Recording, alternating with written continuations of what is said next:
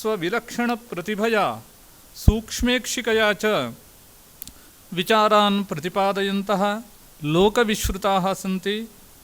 अतः तानेव अनुरुन्धे। अपि च एतेषां काव्यनैपुण्यम् अद्भुतं वर्तते। इदानीं शिवरात्रि पर्व गतं वर्तते, समागतम् आसीत्। तस्मिन् पर्वणि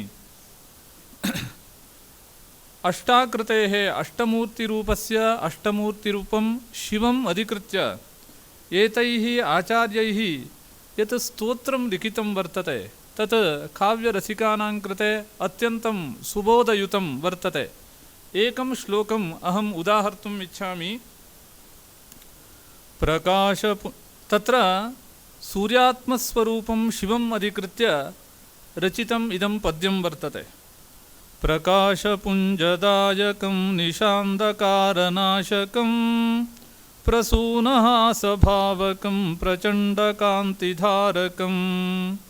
नमामि भूतभावनं भजामि सृष्टिसर्जकं मदीयजीवने शिवं तनोतु भास्करस्वयम्। अतः एतादृशम् अत्यन्तं कवयः सन्ति। अतः इदानीं तानेव अनुरुन्धे। अनुसन्धानविषये अस्माभिः के अंशाः अनुसन्धेयाः भवन्ति इति एतस्मिन् विषये अस्मान् सर्वान् उद्बोधयन्तु इति तान् प्रार्थयामि।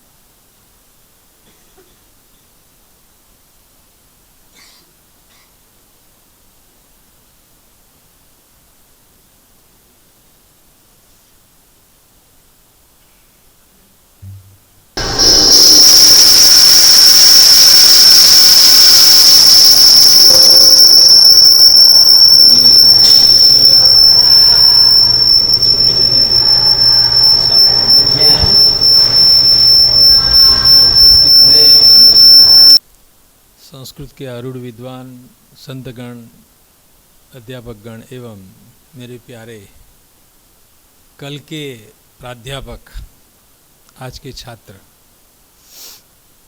क्योंकि हम तो चले जाएंगे, आपको ही यहाँ अगर इस मंच को संभालना है। विशेष कोई भूमिका न बनाते हुए मैं सीधे ही मेरे विषय पर आगे बढ़ना चाहूँगा।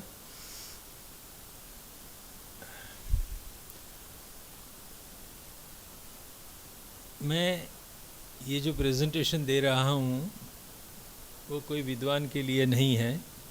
ये हमारे जो सामने नई पीढ़ी है, कल के जो प्राध्यापक हैं, उनके लिए ये प्रस्तुत किया जा रहा है।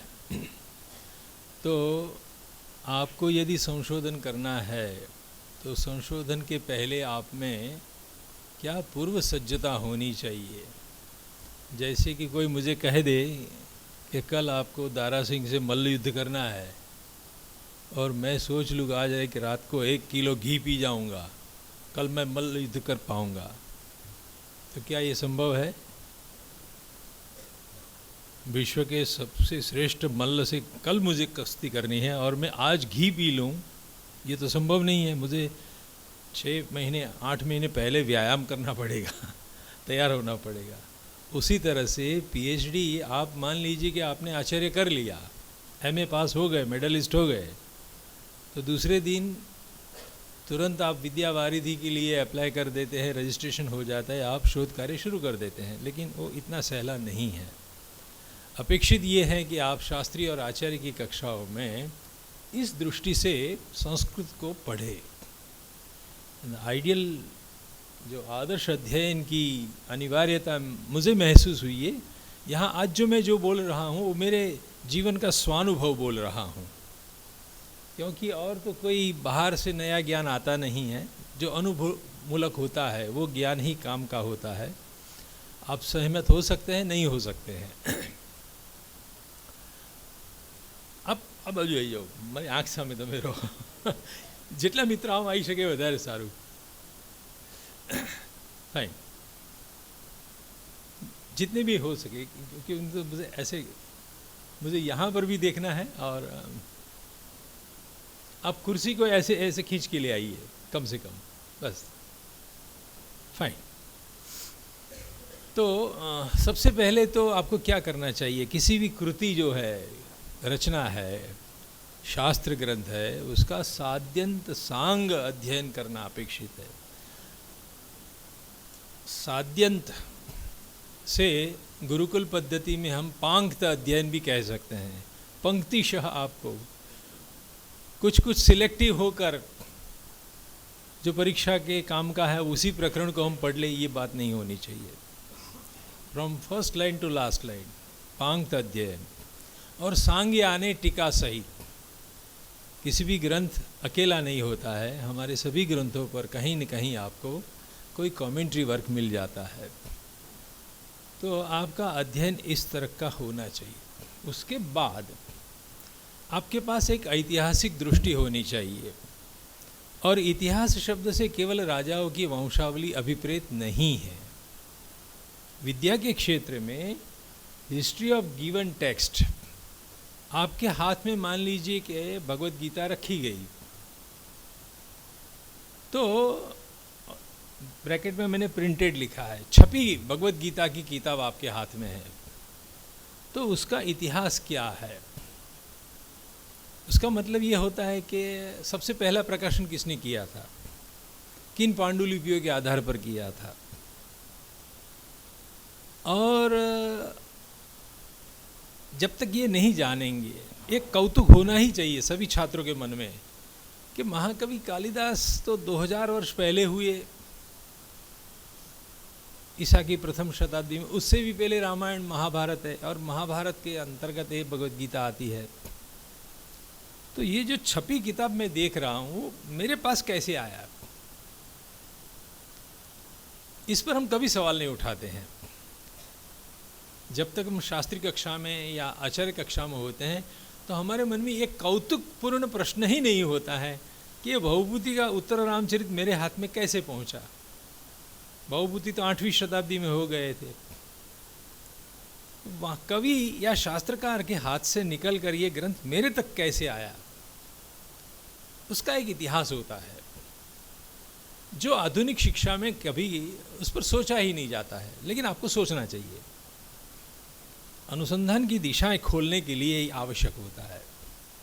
हिस्ट्री ऑफ बेसिक फैक्ट्स, कुछ उस ग्रंथ के साथ कुछ एक ठोस इतिहास पड़ा होता है।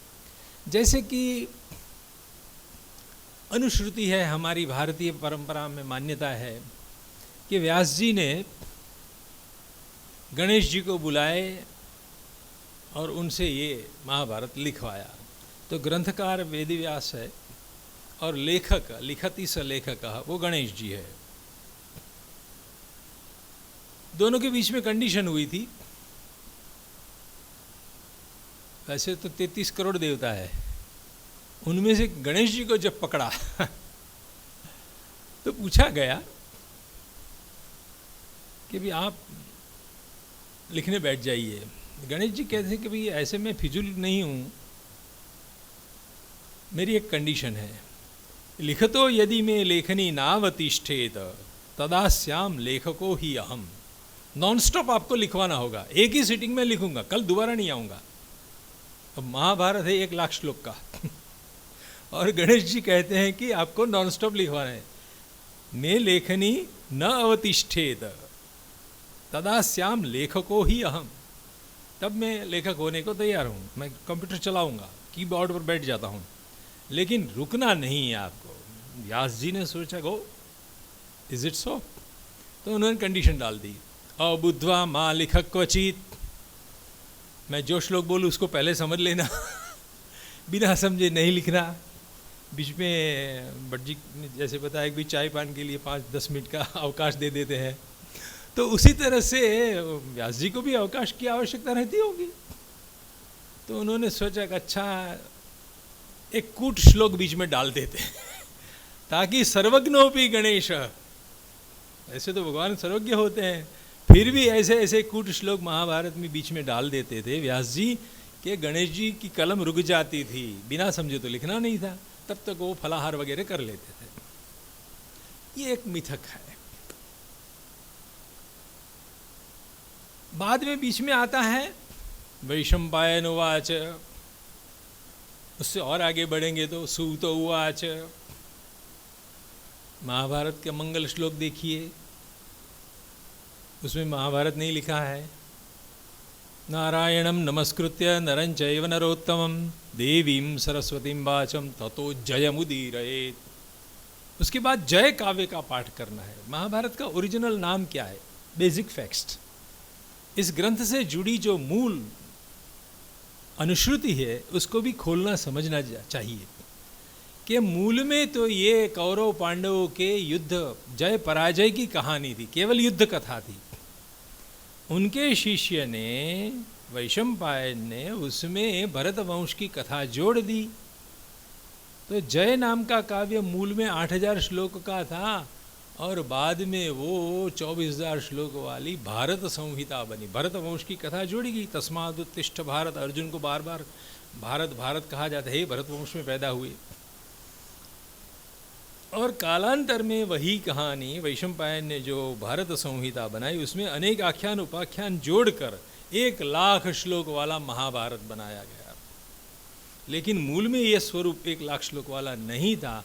उसका साक्षी पहला श्लोक मंगल श्लोक ही है, ततो जयम उदीरयेत्। ये जय काव्य था। अब आज के हमारे छात्र को कोई गुरुजी कोई गाइड ऐसा टॉपिक दे देता है, the philosophy of Bhagavad Gita, अथवा तो the philosophy of lord Krishna as depicted in Shrimad Bhagavad Gita. Shri Krishna की फिलसफी क्या है भगवद गीता में जो निरूपित हुई है। हम बैठ जाते हैं प्रिंटेड टेक्स्ट को लेकर, निर्णय सागर की या गीता प्रेस गोरखपुर की भगवद गीता लेकर बैठ जाएंगे कि चलो चलो उसमें श्री कृष्ण भगवान की तत्व मीमांसा क्या है उसको ढूंढ निकालते हैं। हम भूल जाते हैं कि मूल में तो जय काव्य था। उसका दूसरा संस्करण हुआ भारत संहिता और तीसरा संस्करण महाभारत है जिसमें 700 श्लोक है।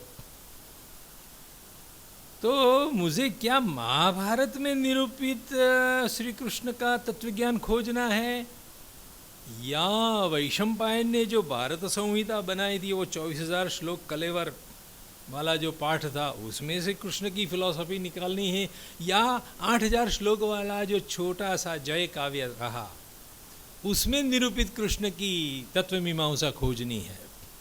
आपका शोध क्या मार्ग बदलता जाएगा कि originally what was said, Kurukshetra के मैदान में एक्चुअली क्या और कितना कहा गया होगा, किस स्वरूप में कहा गया होगा।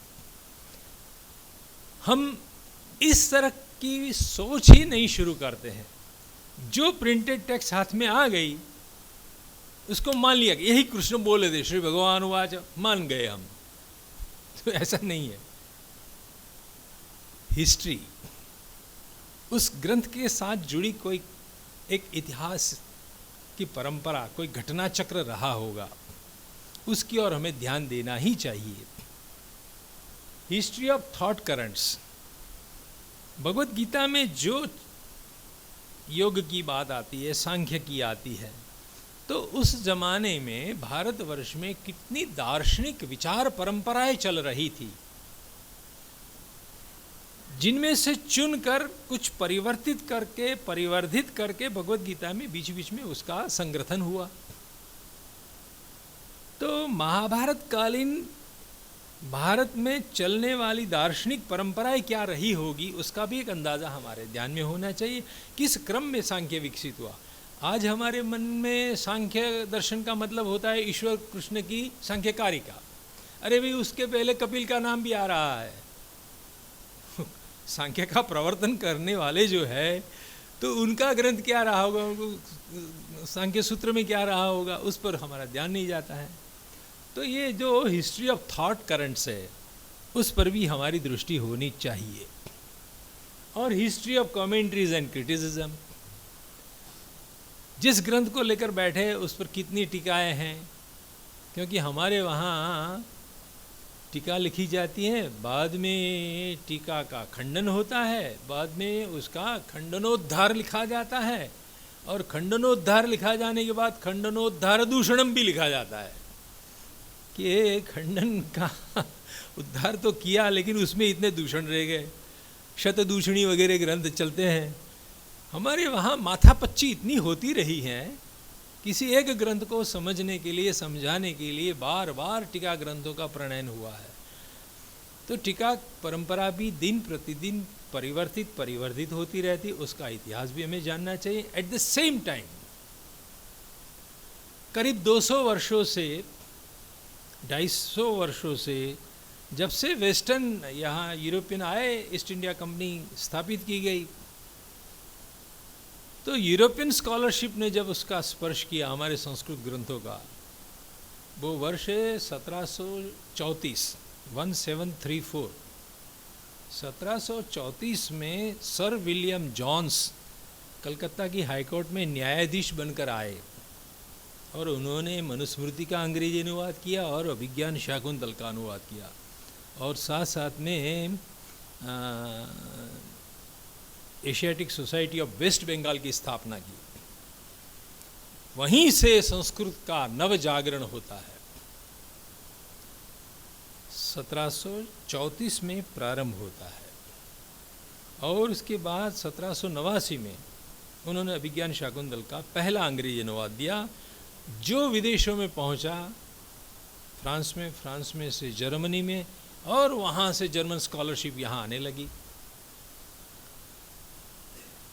कई लोगों ने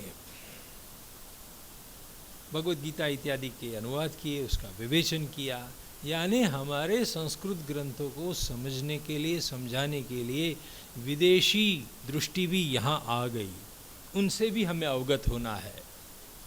ऐसा नहीं है कि 2024 में अब जो पास आउट होके निकलेंगे आचार्य वाले, वो पहले होंगे विवेचन करने के लिए। याद रखना है कि हमारे पहले 250 वर्षों का यूरोपियन स्कॉलरशिप का इतिहास भी सामने खड़ा है, तो लाइब्रेरी वर्क करना पड़ेगा। हमारे पहले क्या लिखा गया है। जब मैं पीएचडी करता था भट्ट जी, और हमारे विभाग के अध्यक्ष एक यहूदी लेडी थे, डॉक्टर एस्तर बेन सोलोमन, यहूदी मैडम थी, माँ भगवती स्वरूपा थी। कभी कभी मेरे पीएचडी के चैप्टर पढ़ने के लिए मांगते थे सामने। वैसे मेरे गुरु अलग थे लेकिन पुत्रवत मुझे स्नेह करते थे, इसीलिए मेरे गाइड से छुपकर मुझे मांग लेते थे कि आपका मुझे लिखाई क्या लिखते हैं। सामने बिठाते थे, वो पढ़ने लगती थी मैडम। पढ़ने के बाद पूछते थे कि ये किसने कहा। तो मैं तो नया नया पास आउट था एमए का, मैंने कहा ये मेरा विचार है। धीरे से बोलते कि मैंने ऐसा कुछ पढ़ा है, खलास। मैंने ऐसा कुछ पढ़ा है का मतलब ये होता है कि पहले किसी ने लिखा है। जिस बात पर मैं क्लेम करता हूँ ये मेरा विचार है, मैंने लिखा है, तो वो मैडम हमको कहती थी कि मैंने ऐसा कुछ पढ़ा है, जरा जाके लाइब्रेरी में देख लो, ऐसी ऐसी कोई किताब है, उसमें मैंने शायद पढ़ा है। वो अद्भुत पढ़ने वाली बहुश्रुता व्यक्ति थी, और सच में मैंने जो विचार व्यक्त किए वो पहले किसी ने कह दिए हैं। अब मुझे उससे और आगे जाना है। इसीलिए मैं कहना ये चाहता हूँ कि आप कभी ऐसा न माने कि आप जो विचार व्यक्त कर दे वो कहने वाले आप पहले होंगे। श्योर, या कोई यूरोपियन स्कॉलरशिप में कुछ कहा होगा, या हमारे किसी टीकाकार ने कहा होगा। अब पहले होने के लिए तो बहुत दूर की मंजिल काटनी होगी। ध्यान से समझ लीजिए, संस्कृत भाषा में इतना काम हो चुका है कि नया कुछ कहने के लिए आपको पहले भयंकर परिश्रम करना पड़ेगा।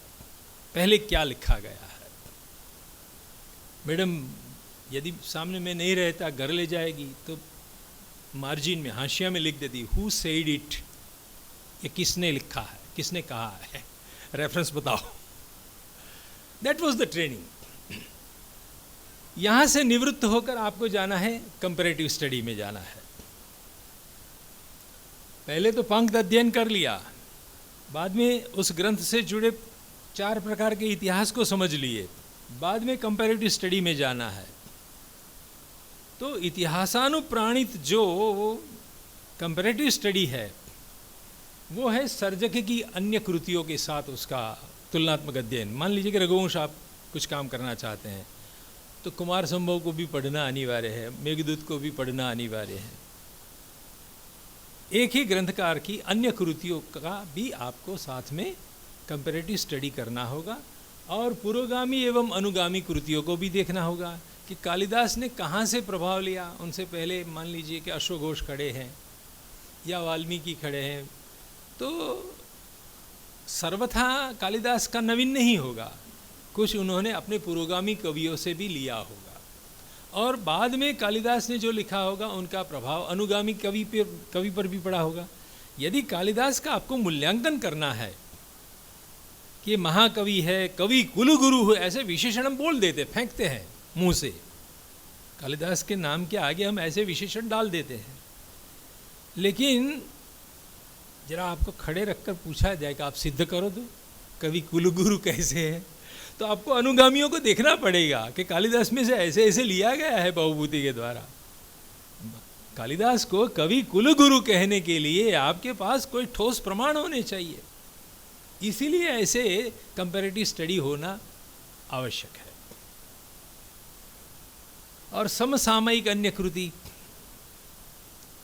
कालिदास के जीवित रहते यानी प्रथम शताब्दी के ही अन्य कोई यदि कवि है, उसी टाइम फैक्टर में चलने वाले, उसी कालखंड के कोई अन्य कवि है, तो वहाँ पर क्या लिखा जा रहा था, उससे हटकर कालिदास क्या कर रहे हैं।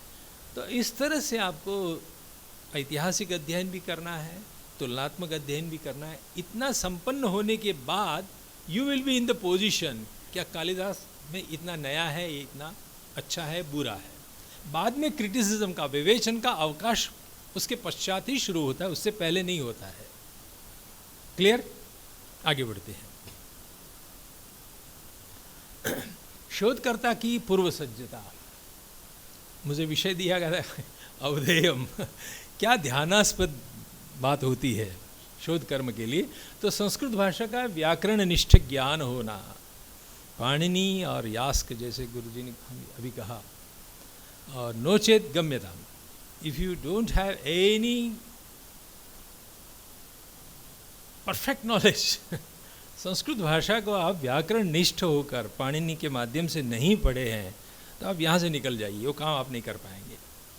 जैसे कमलेश भाई ने बहुत विस्तार से बारीकी से सब कुछ बात कही, फिर भी हमारे स्वामी जी का ध्यान गया आश्रम शब्द में, असमन्ताश्रम यत्र वर्तते स आश्रम।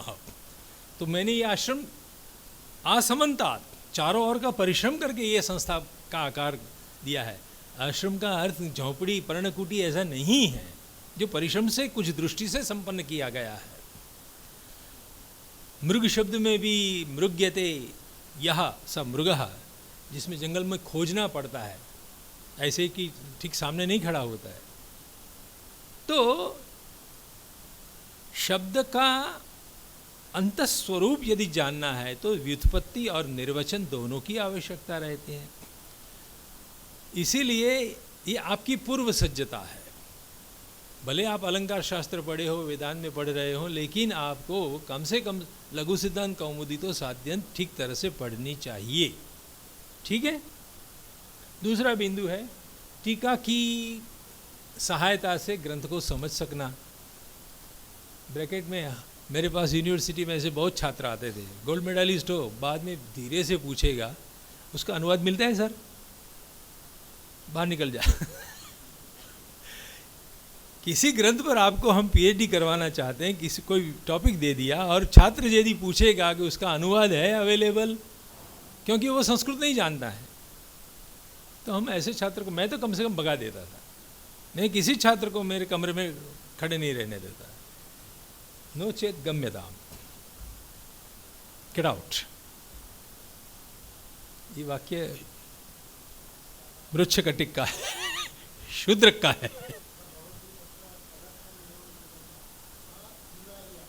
हाँ, यस, अनिवार्य। बीच में डैश डाला है मैं। आप उसका निवारण नहीं कर सकेंगे। अध्येता को अपनी रुचि की पहचान होनी चाहिए। This is the third point. छात्र को बीए यानी आचार्य, शास्त्री कक्षा और आचार्य कक्षा तक निश्चित कर लेना चाहिए कि मैंने इतने सारी टेक्स्ट बुक पढ़ी है, उनमें से मेरी रुचि कहाँ पर है।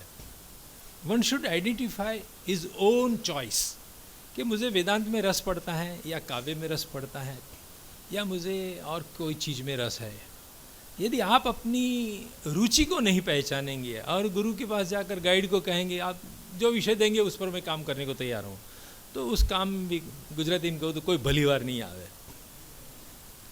तो अपनी रुचि के अनुसार आपको विषय का चयन करना चाहिए, क्योंकि मेरे जैसा कोई गाइड रहेगा तो वो तो चारों ओर जैसे गाय सब चरती है, वैसे मैं अनेक विषयों को पढ़ता रहता हूँ, मैं कहीं भी किसी को भी दे सकता हूँ, लेकिन वो छात्र के अनुरूप न भी हो, ऐसा होगा। इसीलिए पहले अपनी कम से कम रुचि निश्चित कर लो कि भाई मुझे रामायण में इंटरेस्ट है, रामायण में भी मुझे रामायणकालीन आयुधों में इंटरेस्ट है, राम जो बाण चलाते उसकी जो इफेक्ट मैं देख रहा हूँ, कभी वायु अस्त्र, कभी अग्नि का अस्त्र, कभी ब्रह्मास्त्र, फॉर एग्जाम्पल निदर्श के रूप में। तो आप जब पढ़ते थे तो कहाँ पर आपका ध्यान गया है कि इसमें क्या है? कोई कौतुक आप में मन में खड़ा होगा कि इसमें मुझे कुछ विशेष जानकारी प्राप्त करनी है, हासिल करनी है। एक छात्र मेरे पास आया था ऐसा, उसने कहा कि सर मैं ऐसा कुछ करना चाहता हूँ, क्योंकि रामायण में जब राम ब्रह्मास्त्र चलाते हैं तो ऐसा ऐसा कुछ होता है, और यहाँ पर महाभारत में ब्रह्मास्त्र जब चलाया जाता है तो उसकी इफेक्ट अलग है। तो क्या दो ब्रह्मास्त्र अलग थे हमारे शास्त्रों में? अब ये संस्कृत वाले किसी के दिमाग में नहीं आता है, सब लोग पढ़ते हैं, ब्रह्मास्त्र शब्द सुन लिया, बात खत्म हो गई कि ये प्रलंकारी कोई अस्त्र है, आयुध है, लेकिन दोनों की इफेक्ट अलग अलग है। तो इस पर यदि हम ध्यान आकृष्ट करें तो संभव है कि हम कुछ नई चीज कह पाएंगे। वो कैसे बनाया जाता था वगैरह एक दूसरा एरिया है, लेकिन कम से कम हमारे काव्य ग्रंथों में निरूपित वर्णित जो आयुध सामग्री है, उस आयुध सामग्री का प्रभाव भी यदि हम ध्यान में लेना शुरू करें, वही आयुध आपको पुराणों में भी देवासुर संग्राम में सुनाई पड़ेंगे, तो सर्वत्र उनकी जो इफेक्ट है वो एक समान रूप से वर्णित नहीं है। तो इस तरह से आपको अपनी रुचि को पहले जाननी चाहिए और विषय पर अपना पूरा अधिकार। वो अधिकार कैसे प्राप्त होता है आगे आएगा। बाद में आप नए युग के छात्र हैं, आपके पास विशाल लाइब्रेरी होनी चाहिए, कंप्यूटर, इंटरनेट से गूगल आर्काइव्स कम से कम 100-150 साल पुराने ग्रंथ, वो लाइब्रेरी में शायद न भी हो लेकिन गूगल आर्काइव्स में आपको मिल जाएगा। ये अनिवार्यता है मेरी दृष्टि से। वर्णीय विषय के पूरे साहित्य का सर्वेक्षण होना चाहिए, टोटल सर्वे, क्या क्या लिखा गया है। प्लीज़ मेक ए डायरी, एक ए लिस्ट कि जिस विषय पर मैं कुछ काम करना चाहता हूँ, भले आपने खुद ना पढ़े हो लेकिन क्या क्या लिखा है उसके लिस्ट तो बनाइए, आप समझ में आ जाएगा कि ऑलरेडी कितना लिखा गया है। उसके बाद पुरोगामी अध्येताओं के कार्य की समीक्षा, रिव्यू आर्टिकल आपको लिखना चाहिए। सभी गाइडों को भी मेरा ये निवेदन है कि अपने छात्रों को कहे कि भी अभी तक जो कुछ लिखा गया है, कहा गया है, उसका एक रिव्यू आर्टिकल बनाइए आप। तो ये अपेक्षित है कि छात्र से ऐसा एक प्रलंब निबंध लिखवाया जाए कि भी अभी तक हमारे आधुनिक युग में, अर्वाचीन समय में जो विषय पर हम काम करना चाहें उस पर पहले क्या क्या लिखा गया है, उसकी एक समरी बनाओ, ताकि आपकी समझ में आ जाए कि इतने विचार, इतने संशोधन हो चुके हैं, इतने विचार व्यक्त हो गए हैं। हम हमारे छात्रों को ऐसी पूर्व सज्जता से सन्नद्ध करते ही नहीं हैं। एक इतिहास उसका पढ़ लो और एक यानी सर्वेक्षण आप कर लो और एक रिव्यू आर्टिकल लिखो, 50 पन्ने से कम नहीं होना चाहिए। और याद रहे कि विश्व समस्त के अध्येताओं ने 250 वर्षों से संस्कृत को गवेषणा का विषय बनाया है। कोई ऐसा ग्रंथ अभी तक मेरी जिंदगी में मैंने नहीं देखा जिस पर जर्मन विद्वान ने उसका पहला प्रकाशन न किया हो। एक बड़े ताज्जुब की बात है, अंग्रेज लोग यहाँ आए, यहाँ से पांडुलिपियाँ उठाकर ले गए इंडिया ऑफिस लाइब्रेरी लंदन में, लेकिन उसको सही ढंग से पढ़ने वाले तो जर्मन स्कॉलर ही रहे। संस्कृत भाषा, शास्त्र, काव्य, संस्कृत विद्या इन जनरल का सही अध्ययन करने वाले जर्मन स्कॉलर है। उन्होंने इतना सारा लिखा है, भारी आश्चर्य होता है। उसकी उपेक्षा करके हम आगे नहीं बढ़ सकते हैं। और आरंभिक शोध कार्य सभी जर्मनों ने किया, और अभी संस्कृत भाषा भारतीय भाषा केवल नहीं रही है, वो विश्व भाषा बन चुकी है। इस अर्थ में बन चुकी है, विश्व में सब बोलने नहीं लगे हैं, लेकिन दुनिया के सभी भूखंड से उसके अध्येता आपको मिल जाएंगे। डच स्कॉलर भी हो सकता है, नहीं कोई, कहीं कहीं से लोग उसका अध्ययन करते हैं, लिखते रहते हैं। रशिया में भी उसका प्रचार हो गया है। तो आपको उन लोगों के साथ कॉम्पीट करनी है। आप समझिए, Sanskrit is a world language, समस्त विश्व के लोग लिख रहे हैं। तो यदि आपको उस दुनिया में पांव रखना है तो उनका पहले आपको ही ज्ञान होना चाहिए कि क्या क्या ऑलरेडी लिखा गया है, किस नई दृष्टि से मैं अब कुछ नया कर सकता हूँ। ठीक है, इतना सुनकर घबराने की जरूरत नहीं है। हाँ? यदि ऐसा होता तो वसंत बट एक पाँव भी नहीं रख सकते, लेकिन अभी भी बहुत अवकाश है चलने के लिए। ये बात भी मैं कह दूँ, Sanskrit is so great, so fertile field. किसका वाक्य है, अभी नाम याद आएगा। Sanskrit is a fertile field of for higher research. इतनी जमीन में गुंजाइश है कि नई नई उसमें से उत्पत्ति हो सकती है, नई नई वनस्पतियां निकल सकती हैं। ऐसा नहीं कि सब कुछ हो चुका है, आपके लिए कुछ बचा ही नहीं है। संस्कृत में तो बहुत गुंजाइश है आपके लिए।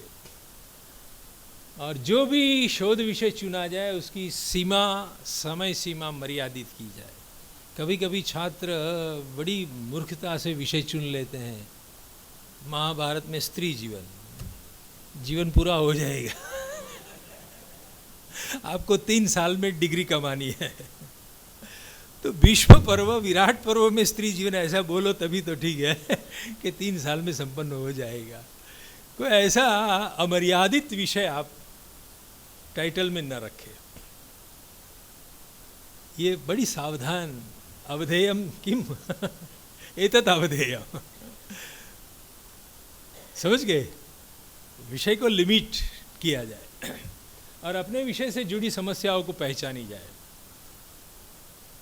जो अध्ययन की बात पूर्व अपेक्षित मैंने आपको बताई, तो उनमें कहाँ कहाँ पर कुछ बात कहने की अभी आवश्यकता है, कुछ डाउटफुल सिचुएशन कहाँ कहाँ पर है, उसको भी आपको नोट डाउन ये पढ़ते समय कर लेना है। शास्त्री करते हैं या आचार्य करते हैं, उसी समय पर अपने विषय से जुड़े भले कुतर्क से भरे सवाल हो, कुतर्क से प्रेरित आशंकाएं हों, लेकिन आप उसको एक अलग नोटबुक बना के लिखते रहिए कि I have a doubt about this thing. शंका कुशंका की एक आदत बना दो। गुरु जो कहे सो सही, नो, रामप्रिय जी भले कहे, मेरा दिमाग कुछ और चलता है, ऐसा होना चाहिए। एक स्पिरिट होना चाहिए। हमारे गुरु सर्वज्ञ नहीं है, ऐसा मान के चलिए, मान के चलिए। ठीक है, मैं थोड़ा तूफानी आदमी हूँ, गुरुजन मुझे क्षमा करें, लेकिन ऐसा करने पर ही आप कुछ नया कर पाएंगे। ठीक है, आगे बढ़ते हैं। किसी की अवमानना करने की बात नहीं है, लेकिन यू शुड थिंक, कुछ हट के सोचना है आपको। अब संशोधन एवं अनुसंधान 2 शब्द चलते हैं रिसर्च के लिए, दोनों पर्याय है ऐसा मानकर हम लोग व्यवहार करते हैं, लेकिन संस्कृत निष्ठ उसका अर्थ खोजना चाहिए कि संस्कृत भाषा इन शब्दों का अर्थ क्या बता रही है, अर्थछाया क्या है उसके पीछे, शेड ऑफ मीनिंग। तो संशोधन शब्द के सामान्यतः 2 अर्थ किए जाते हैं। एक है संशोधन शब्द का अर्थ जो रूढ़ अर्थ है, रिसर्च, पुनर्न्वेषण, फॉर एग्जाम्पल मिथक का रीइंटरप्रिटेशन, जो पुराकल्पन है हमारे वहाँ, उसका नया अर्थघटन आपको करना है। ऐसा एक रूढ़ अर्थ है, कुछ नया खोज निकालना। लेकिन व्याकरण निष्ठ उसका अर्थ किया जाए तो शुद्धिकरण, सम उपसर्ग पूर्वक शोधन क्रिया है, जो उसका वाच्यार्थ है। और लहियाओं के प्रमाद एवं अज्ञान से पांडुलिपियों में प्रविष्ट अशुद्धियों को हटाना, दुरुस्त करना, यानी संचरित पाठ की संशुद्धि करना। जो ट्रांसमिटेड टेक्स्ट है, अनेक पीढ़ियों से जो ग्रंथ पांडुलिपियों के माध्यम से हम तक पहुँचे, उसमें लिपिकारों के अनवधान से और अज्ञान से बहुत सारी अशुद्धियाँ बीच में घुस गई है। उसको ठीक करनी चाहिए, उसको संशोधन कहते हैं, संशोधित पाठ कहते हैं हम, ठीक है। और अनुसंधान, अनु उपसर्ग पूर्वक, अनुपश्चात, अनुसरण शब्द है, किसी के पीछे पीछे जाना, उसको हम अनुसरण कहते हैं। संधानम यानी जुड़ना किसी से, पश्चात संधानम इति अनुसंधानम। 200-300 साल पहले लिखी गई पांडुलिपि के सहारे प्राचीन से प्राचीनतर और प्राचीनतर से प्राचीनतम पाठ की गवेषणा करना, ठीक है।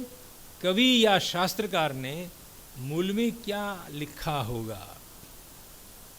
700 श्लोक वाली गीता हाथ में आई, लेकिन प्रश्न उठाओ कि धर्म क्षेत्र कुरुक्षेत्र से शुरू होने वाली ये गीता है, तो क्या कुरुक्षेत्र के युद्ध के मैदान में जब 18 अक्षौहिणी सेना आमने सामने खड़ी होगी और मारो मारो, आक्रमण आक्रमण की गूंज हो रही होगी, अरे भाई रुक जाओ, let us have a debate, मैं और अर्जुन थोड़ी बातचीत कर लेते हैं, तब तक रुक जाओ आप। और 700 श्लोक, वो भी पद्य में, विविध छंद में, क्या ये गीता कुरुक्षेत्र के मैदान में हो सकती है? जो गीता प्रेस गोरखपुर से निकली है, जो निर्णय सागर प्रेस से निकली है, छपी किताब पर विश्वास मत करो। रेज ए क्वेश्चन कि क्या यही लिखा था? तब जाकर आप प्राचीन से प्राचीनतर और प्राचीनतर से प्राचीनतम पाठ क्या रहा होगा। महाभारत में 700 श्लोक का कलेवर है, तो भारत संहिता में भगवद गीता का कलेवर कितना होगा? और उससे भी आगे जय काव्य जो आरंभ में लिखवाया था, उसमें छोटी सी गीता कितनी होगी? आपको जानकर आश्चर्य होगा कि ये काम इस अहमदाबाद सिटी में हुआ है। महाभारत में से कुछ तर्क के आधार पर भारत संहिता भी प्रकाशित हुई है और जय काव्य भी प्रकाशित हुआ है। ऐसी रिसर्च भी होती है। अब उसमें कृष्ण ने कितने शब्दों में, कितने श्लोक में अर्जुन को समझा दिया कि तुझे लड़ना अनिवार्य है। तो मूल में क्या लिखा होगा, इस पर प्रश्न होना चाहिए। कुछ उदाहरण और भी मैं दिखाऊंगा आपको। मूल ग्रंथकार को अभीष्ट हो ऐसे सर्वाधिक प्राचीन एवं श्रद्धेय पाठ को खोज निकालना चाहिए। जो छपा हुआ है ग्रंथ, वो पूर्णतया श्रद्धेय नहीं होता है। ये वाक्य किसी भी संस्कृत ग्रंथ को लग सकता है। That which is available in printed is not thoroughly reliable. साध्यंत रूप में वो श्रद्धेय नहीं है, उस ग्रंथ की पहले पाठालोचना होनी चाहिए। जैसे बाइबल के लिए प्रश्न हम कर सकते हैं कि क्या जो लिखा हुआ छपा हुआ बाइबल है वही शब्द सरमन ऑन द माउंट, यीशु के गिरी प्रवचन यही है? क्योंकि यीशु ख्रिस्त अपने 4 चेलों को लेकर पर्वत की चट्टान पर चढ़ जाते थे, वहाँ कुछ कहते थे और चेले अपने घर जाकर उसको लिखते थे। तो क्या कुछ विस्मृत नहीं हुआ होगा? क्या कुछ नया ऐड नहीं हुआ होगा? ये प्रश्न होगा। वैसे तो कहने के लिए है कि ईश्वरीय शब्द है, भगवान का ये शब्द है बाइबल। जैसे हम भगवद गीता को मानते कि श्री भगवान वाच, ये भगवान बोले हैं, लेकिन ऐसा नहीं होता है। तो इस तरह से ग्रंथ के मूल स्वरूप को पकड़ने की पहली कोशिश करनी चाहिए। आगे बढ़ते हैं। मुझे बहुत कुछ कहना है, इसीलिए विस्तार नहीं करता हूँ, थोड़ा इशारा करके आगे बढ़ते रहते हैं। समय सीमा में हमको चलना है, क्योंकि जानकी शरण जी को भी सुनना है। तो फॉर एग्जाम्पल उत्तर रामचरित, कुछ समस्याएं ढूंढना चाहिए। ऐसे मैंने कहा नहीं, कुतर्क करना चाहिए आपको पढ़ते समय। शास्त्री कक्षा में ही आप कुछ प्रश्न खड़े करते जाइए, तुरंत क्लास में मत पूछिए, लेकिन अपने लिए एक प्रश्नावली बनाते रहिए, समस्याएं ढूंढते रहिए, ठीक है। तो एको रस करुण एव कारुण्यम बहुपुतिरेव तनुते। तो हमारी परंपरा तो कहती है कि उत्तरामचरित में करुण रस है, करुण रस प्रधान कृति है, लेकिन ऐसा प्रश्न कभी क्लास में नहीं पूछा जाता छात्रों के द्वारा, या कोई भी क्रिटिक ने अभी तक नहीं सोचा है, नहीं उठाया है कि करुणांत होते हुए, करुण प्रधान होते हुए भी करुणांत क्यों नहीं है? अंत में तो राम सीता का मिलन होता है। वाई इट इज सुखांत। हमारे गुजरात के उमाशंकर कवि ने बोल दिया है कि भाई भरत मुनि की अपेक्षा थी कि नाटक प्रकार का रूपक होता है वो सुखांति होना चाहिए, और ट्रेजेडी करुणांत होना वो तो वेस्टर्न कॉन्सेप्ट है, विदेशों में ट्रेजेडी का बड़ा महिमा है, लेकिन हमारे वहाँ तो शास्त्रकार ने मनाही की है कि नाटक प्रकार का रूपक है तो वो सुखांत ही सुखांत होना चाहिए, इसीलिए जबरदस्ती से सुखांत बनाया गया है, ऐसा एक विद्वान ने बोल दिया है। लेकिन फिर भी हमें प्रश्न पूछना चाहिए कि व्हाई इट इज सो। मैं 2-4 मिनट में बोल देता हूँ, उसके लिए मुझे पूरा 1 घंटे का व्याख्यान पूरा देना चाहिए, लेकिन क्योंकि बहुत कुछ और भी कहना है इसीलिए मैं थोड़ा इशारा कर देता हूँ। उत्तर रामचरित को अद्यावधि समग्र विश्व के विद्वानों ने सीता त्याग पर केंद्रित हुआ नाटक माना है। राम ने लोकापवाद से सीता को घर से निकाल दिया, जिसके कारण वो जीवन भर रोते रहे। वो मानते हैं कि जब से मैंने सीता को घर से निकाल दिए तो सा नियतम विलुप्ता, अब मेरा विरह तो निरवधि है। पहले वाला विरह तो सावधि था कि रावण को मारूं तब तक सीता वापस मिल जाएगी, लेकिन इस बार तो मैंने ही घर से निकाल दी है। क्रव्याद भी हिंसर पशु भी सा नियतम विलुप्ता, मांस खाने वाले प्राणियों ने सीता को मार दी होगी, इसलिए राम उसको निरवधि विरह मेरा है ऐसा बोल रहे हैं। और दलति हृदयम हा हा देवी स्फुटति हृदयम करके रोते हैं तीसरे अंग में। विद्वानों को दिखाई पड़ता है, हम भी अनुभव करते हैं कि उत्तर रामचरित करुण प्रधान नाट्यकृति है। लेकिन जैसे ही विद्वानों ने केवल सीता त्याग, राम के उत्तर जीवन की मुख्य कहानी है, मुख्य घटना है, और तज्जन्य जो विरह है, सीता त्याग के कारण पैदा हुआ जो विरह है, वही नाटक का प्रतिपाद्य विषय है, निरूप्यमान विषय वही है, ऐसा मान लिया। वहाँ से गलती शुरू होती है। उसमें एक शंभुक वध की कथा भी पड़ी है कि कोई शूद्र तपश्चर्या कर रहा है। त्रेता युग में शूद्रों को तप में अधिकार नहीं है, जिसके कारण अयोध्या में रह रहे किसी ब्राह्मण के पुत्र का अवसान हो गया, अकाल मृत्यु हो गया। पिता घर में जीवित बैठे हैं, पुत्र मर गया, तो उसने फरियाद की राम को। नभोवाणी होती हैं कि हाँ भाई, पृथिव्याम तप्यते तपः कोपि वृषलः वर्तते शंभुको नाम वृषलः पृथिव्याम तप्यते तपः तम हत्वा जीवय द्विजम, उसको मार डालो तब जाके ये ब्राह्मण का पुत्र जीवित होगा। तो राम ने पुष्पक विमान में बैठकर गए पंचवटी में और उस शूद्र को ढूंढकर उसका शिरच्छेद कर दिया।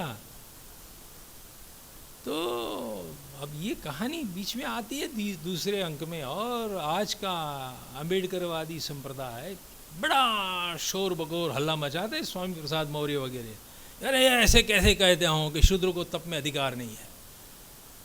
तो दलित वर्ग में बड़ी शिकायत पैदा होती है, ये वर्ग विग्रह पैदा हो जाता है, जाति प्रथा पर विद्वेष हो जाता है।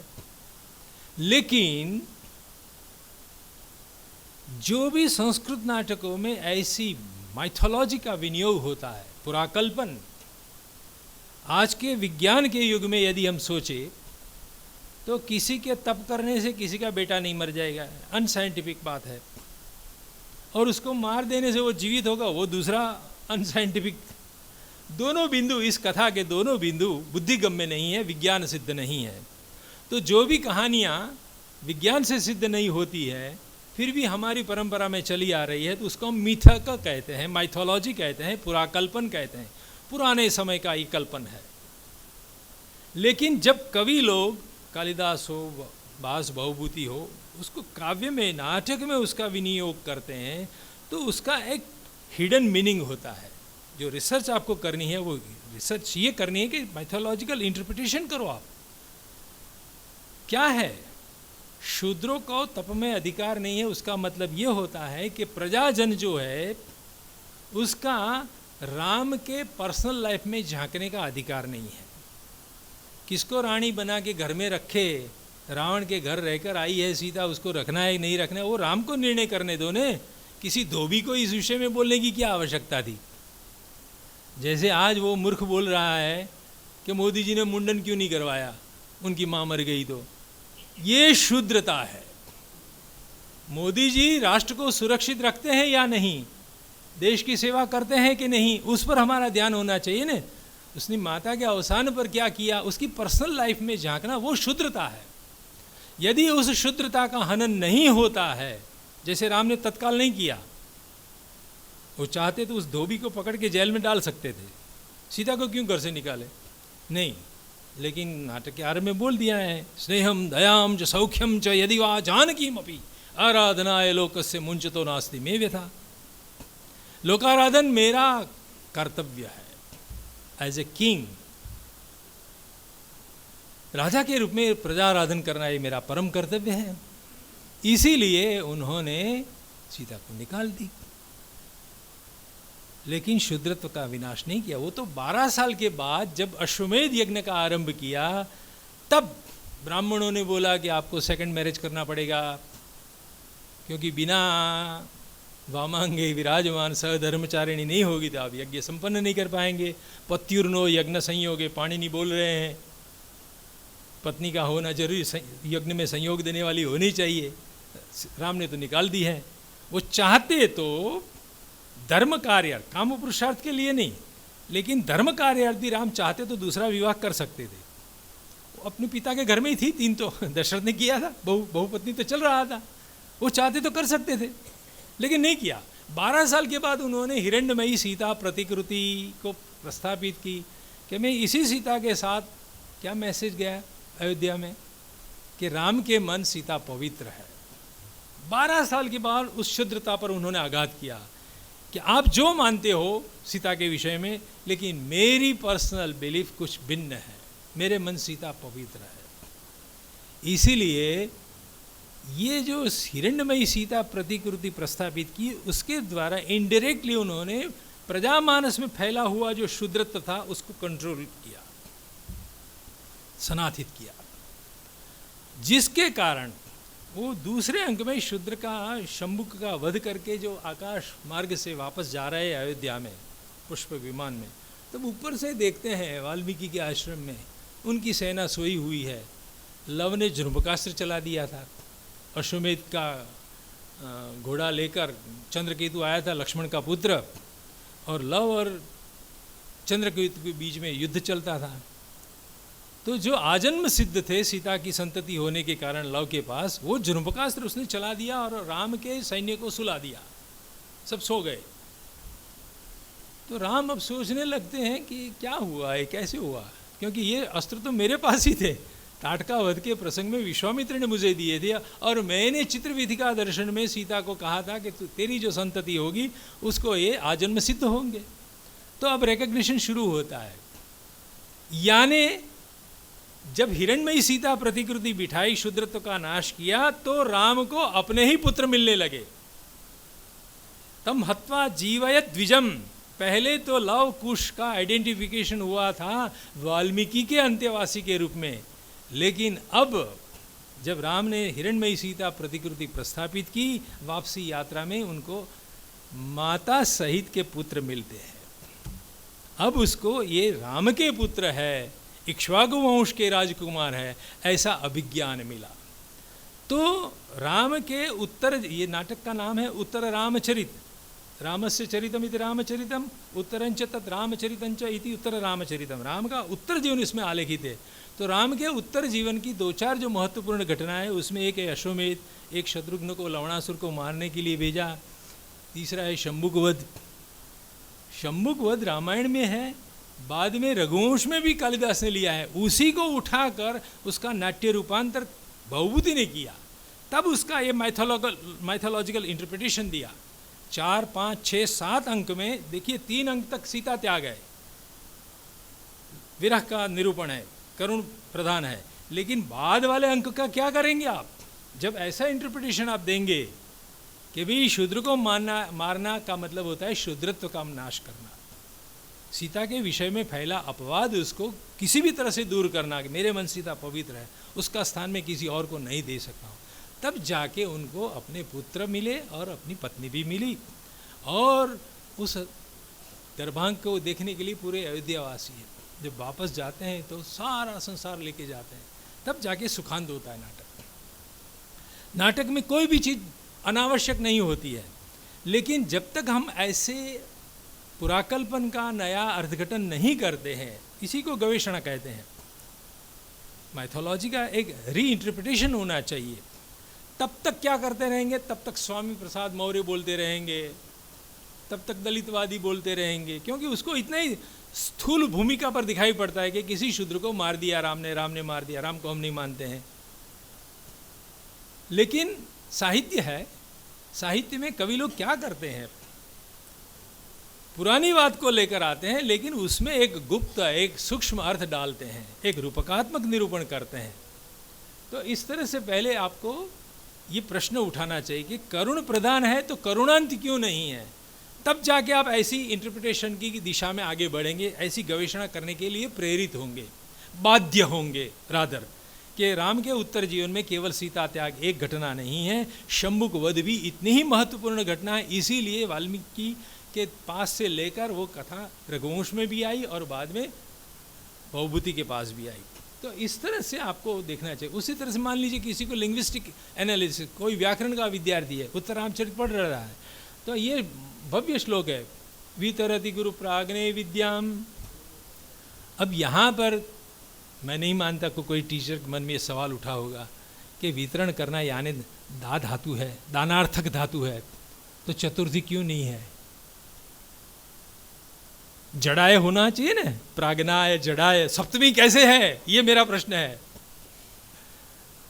Have you ever thought about? बहुत सुंदर श्लोक है, सबकी जीवा पर है ये उत्तरामचरित का श्लोक, लेकिन we have never thought about ये कैसे हुआ। तो मैं ये कहता हूं कि 8वीं शताब्दी में भवभूति खड़े हैं, तो उस समय पर पाणिनि ने जो कारक व्यवस्था दी थी वो शिथिल होती चली जा रही है, संस्कृत भाषा में थोड़ा परिवर्तन आ रहा है, उसकी ये गवाह है। सौनि के गृह शकुंतिकामि व मृत्यवे ददामि, एक ही श्लोक में भवभूति वाला ये श्लोक है। मृत्यवे चतुर्थी का प्रयोग किया। राम जब मानसिक संकल्प करते हैं कि मैं सीता को घर से निकाल देता हूँ, तो सीता को घर से निकालना क्या मतलब होता है? मैं मृत्यु को समर्पित कर रहा हूँ, मृत्यवे ददामि। पर सौनि के गृह शकुंतिकामिव, ऐसा उपमा है। पिंजरे में कैद की गई किसी पंखिणी को, उस हलाल को, घातकी व्यक्ति को सौंप रहा हूँ। वहाँ सौनि के सप्तमी, अगेन एक ही श्लोक में चतुर्थी भी है, सप्तमी भी है। जैसे यहाँ प्राग्ने और जड़े है, एक स्थान पर नहीं। भवभूति के तीनों नाटकों को आप देखेंगे तो आपको ये समझ में आएगा कि लिंग्विस्टिक स्ट्रक्चर बदलता जा रहा है। 8वीं शताब्दी का संस्कृत का क्या स्वरूप रहा होगा, तो ऐसे माइन्यूटली आपको देखना चाहिए। कारक प्रकरण सब पढ़ते हैं, सबको अनिवार्य रूप से पढ़ाया जाता है, लेकिन उसका अप्लाई करो। आप जब साहित्य पढ़ते हैं तो उसको देखिए, क्या गुरुजी ठहर जाइए, ये प्राग्ने सप्तमी कहाँ से आया, क्यों आया? यदि प्राग्नाय चतुर्थी करते तो छंदोभंग हो जाएगा, 2 अक्षर में से 3 अक्षर हो जाएंगे। तो कवि के लिए तो छंद का भी परिपालन करना है। तो इसी तरह से आप देखेंगे ये स्थिति बाण में भी दिखाई पड़ती है। मैं साइड में ये भी बोल दूं आपको, हर्षचरित और कादंबरी को देखेंगे ना, ये दोनों आगे पीछे हुए कवि है, बाण बाद में भवभूति। तो उसके समय में पाणिनि की कारक व्यवस्था शिथिल होती जा रही है। इस तरह से इन नाटकों का आप भाषा दृष्टि से भी अध्ययन कर सकते हैं। और ऐसा एक लोग ऐसे कहने के लिए बोल देते कि पाणिनि ने भाषा को बांध दिया, मार दिया, अब कोई परिवर्तन नहीं हो सकता है। पाणिनि को हम जिम्मेदार मानते हैं, लेकिन ऐसा नहीं है। आप देखिए, मैं उदाहरण दिखा रहा हूँ आपको, 6वीं 7वीं शताब्दी के आप ग्रंथ देख लीजिए, कारक व्यवस्था शिथिल होती चली जा रही है। तो this is the point of linguistic analysis. ये भाषागत परिवर्तन वो भी आपकी गवेषणा का विषय बन सकता है। कुरुक्षेत्र के मैदान में जैसे मैंने कहा कि 700 श्लोक का संभव ही नहीं है, उसी तरह से अनअभिहिते 2-3 1 नंबर का सूत्र है, और पूरे दूसरे अध्याय के 3रे पाद के अंत तक अनअभिहिते की अधिकार चलता है, और उसको कांस्टेंट अधिकार माना है, कोई मंडूकप्लुति नहीं है। तो कर्तृकरणयोः तृतीया, कर्मणि द्वितीया, सब में अनभिहिते चलता जाएगा। लेकिन we have never raised a question कि नमस्वस्ति स्वाहा स्वधा अलम वषट योगाच्च चतुर्थी भवति, तत्र अनभिहिते इति अस्य पदस्य यः अधिकारः प्रवर्तते, तस्य समावेशो तत्र वर्तते, तेन किम फलम, अनावश्यक है। जो जो उपपद विभक्ति विधान करने वाले सूत्र उसी में है, उसी विभक्ति पाद में, उसमें तो अनअभिहिते रिडंडेंट हो जाएगा, निष्फल, निष्प्रयोजन, निरर्थक हो जाएगा। How come? पाणिनि को इतनी महान वैयाकरण आप कहते हैं, तो उसमें अनअभिहिति के अधिकार में ये उपपद विभक्ति का विधान करने वाले सूत्र कहाँ से आए? हमको मानना पड़ेगा कि मूल अष्टाध्यायी का स्वरूप और आज उपलब्ध हो रहा अष्टाध्यायी का स्वरूप वो कालांतर में विकसित हुआ है, तब जाके इस प्रश्न का समाधान आप कर पाएंगे, अन्यथा संभव ही नहीं है। Different layers in the Ashtadhyayi, विविध कालखंड के सूत्र को अलग करना पड़ेगा। और ये मेरी खोज नहीं है, ये हमारे परम श्रद्धेय पुणे यूनिवर्सिटी के व्याकरण विभाग के अध्यक्ष श्रद्धेय शिवराम दत्तात्रेय जोशी, SD जोशी जी के ये विचार है कि अनअभिहिति के नीचे ये सब नहीं चलेगा।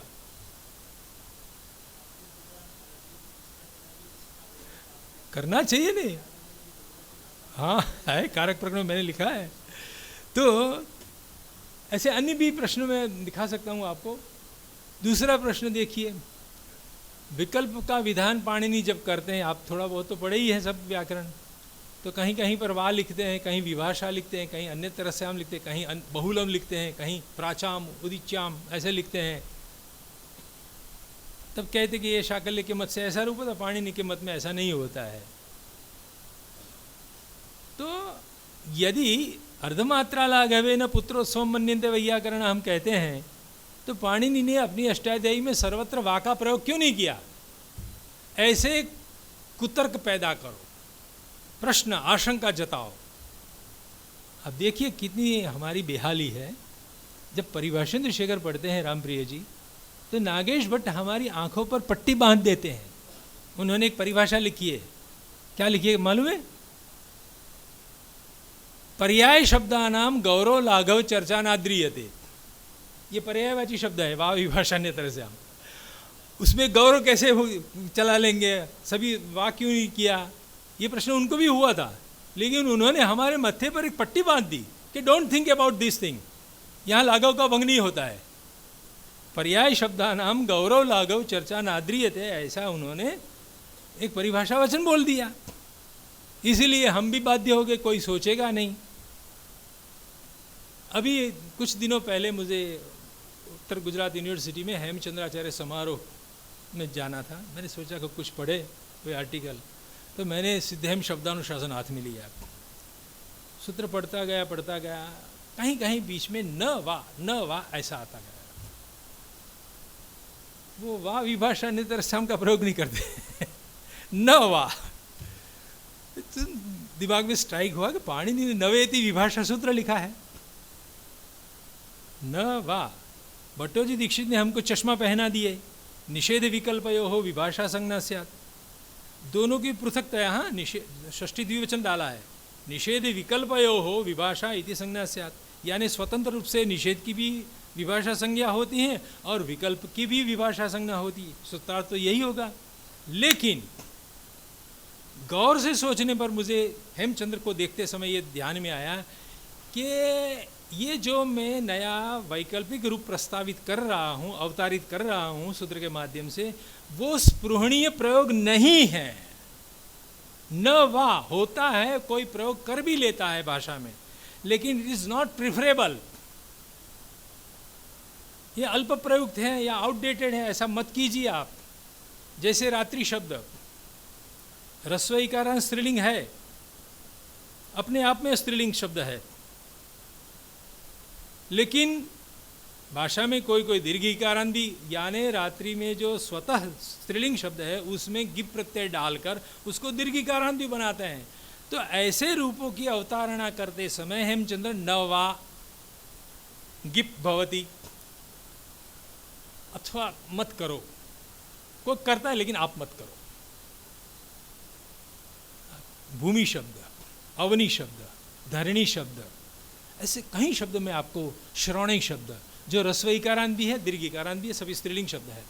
लेकिन हेमचंद्र बोलते कि नवा, इसमें गिप लगता है, लेकिन करने लायक नहीं है। ये वर्णीय रूप नहीं है।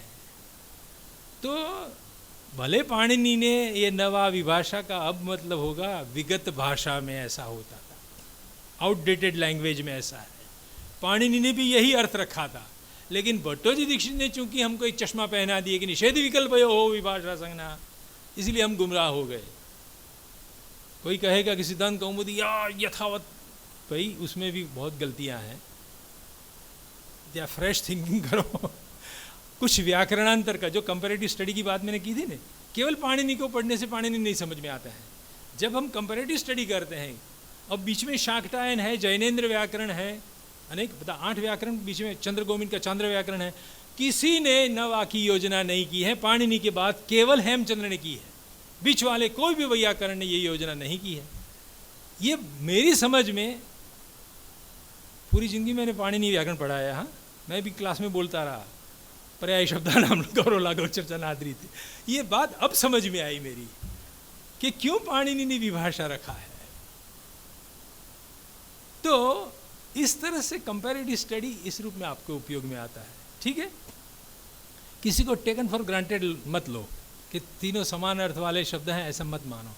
खोजो, ट्राई करो कि इतनी पूरे अष्टाध्यायी में जो लाघव की सिद्धि कर रहा है, वो ऐसे अन्य तरह से हम लंबे चौड़े शब्द क्यों बीच में डालेगा? सर्वत्र क्यों वाह वाह वाह लिख कर आगे नहीं बढ़े? ऐसे कहीं प्रश्न हैं कि जो हम उठाते ही नहीं हैं। उसी तरह से वेदमूलक मनुस्मृति है, तो आप देखिए उसमें भद्रकाली का एक वास्तु निर्देश, वास्तु पूजन का संदर्भ आता है, उसमें भद्रकाली को प्रणाम करने की बात कही है। अरे भाई, वेदकाल में तो भद्रकाली थी ही नहीं। कहना ये चाहता कि मनुस्मृति में भी देयर आर डिफरेंट लेयर्स, अनेक कालखंड के अनेक नए नए श्लोक जुड़ते गए हैं। गुरु की पत्नी के साथ दुराचार करने वाला कोई शिष्य है तो उसके लिए आपको आरंभ में मिलेगा, उसको फांसी देनी चाहिए, मृत्युदंड देना चाहिए। लेकिन अथवा करते करते कहाँ तक बात आती है मालूम है आपको? नदी में स्नान कर लो और गायत्री मंत्र का जाप कर लो, आप शुद्ध हो जाएंगे। कहाँ मृत्युदंड की सजा कहाँ गायत्री मंत्र से उसका प्रायश्चित करने की बात मनुस्मृति में लिखी है। तो मानना पड़ता है कि मनुस्मृति एक नहीं, एकाधिक व्यक्तियों ने मिलकर लिखी है, विभिन्न कालखंड में लिखी गई, विभिन्न प्रदेशों में लिखी गई है। जो आज प्रिंटेड स्वरूप में मनुस्मृति मिलती है, वो यथा तथ रूप में मनु भगवान से हम तक नहीं आई है। जब तक हम ऐसी गवेषणा नहीं प्रस्तुत करेंगे, अब ध्यान से सुनिए, तब तक क्या होता रहेगा? तब तक मनुस्मृति जलाई जाएगी। 1925 में बाबा साहेब आम्बेडकर ने उसको जलाई। अभी रामचरितमानस को जलाया स्वामी प्रसाद मौर्य ने। क्यों?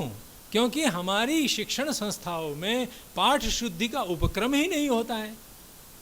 यूनिवर्सिटी जगत में से रिसर्च बाहर आनी चाहिए कि भाई ये फलाने समय में बाद में दाखिल हुआ है। तो जब तक हम प्राचीन से प्राचीनतर और प्राचीनतर से प्राचीनतम पाठनी गवेषणा में नहीं जाएंगे, तो हमारे संस्कृत ग्रंथों पर ऐसे आक्रमण होते रहेंगे, सनातन आस्था को आघात लोग पहुंचाएंगे। लेकिन यदि हम घोषित करेंगे कि ये भाई प्योर वेद मूलक जितने श्लोक दिखते हैं वो मनुस्मृति ओरिजिनल है, इतना मध्यकाल में मुगलों के आगमन के बाद इतने अंश जुड़े गए हैं, ये उससे भी पीछे जुड़ा गया है। इस तरह से हमको हमारे ग्रंथों का पाठोद्धार करना चाहिए। मैं समझता हूँ मैंने बहुत कुछ बोल दिया है, अब विस्तार करता जाऊँगा तो बहुत आगे बढ़ेगा, छोड़ देता हूँ बीच में से। ये आपके पास पूरा पीपीटी आप कभी आराम से देख लेना, क्योंकि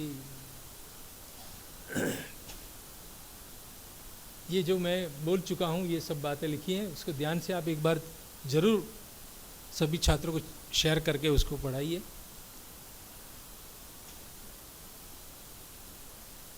अब ये थोड़ा जल्दी से बता दूँ आपको कि हमारे संस्कृत ग्रंथों का वैभव क्या है। एक दृष्ट साहित्य है हमारे पास, ऋषि मुनियों ने जिनका दर्शन किया है। मंत्र संहिता ये अकर्तृक रचनाएं हैं, कोई अपौरुषेय रचना है।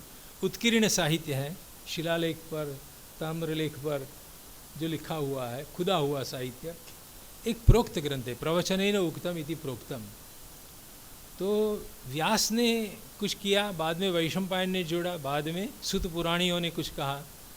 तो रामायण, महाभारत, पुराण, सुभाषित संग्रह, नाट्य शास्त्र, आयुर्वेद की संहिता, कहने के लिए चरक वगैरह ने उसका प्रवर्तन किया, लेकिन अनेक कालखंड के अनेक आयुर्वेद के आचार्यों ने बहुत कुछ नया जोड़ा है। जैसे जैसे नई वनस्पति के गुण ध्यान में आए तो उससे लगे कुछ श्लोक बनाकर जोड़ते रहे हैं। तो ये हमारे विकासशील ग्रंथ है, उसमें उस तरह से आपको खोज करनी चाहिए। सभी एक काल में किसी एक व्यक्ति ने लिख दिया है ऐसा नहीं है। ये कृत साहित्य यानी सिंगल ऑथरशिप वाली रचनाएं, काव्य, नाटक, टीका ग्रंथ इसका समावेश होता है। और एक बौद्ध साहित्य और महावीर जैन साहित्य वो सुना हुआ साहित्य है, श्रुत साहित्य है। ये मेरी जो अभिज्ञान शाकुंतल की खोज है उसका एक चित्र मैंने रखा है। 0 पॉइंट पर कालिदास ने लिखा शाकुंतल आज कहीं से मिलने वाला नहीं है, जो भी है वो नटमंडलियों के पाठ मिलते हैं। रंगावृत्ति है, रंगमंच के लिए बनाई गई आवृत्तियाँ हैं।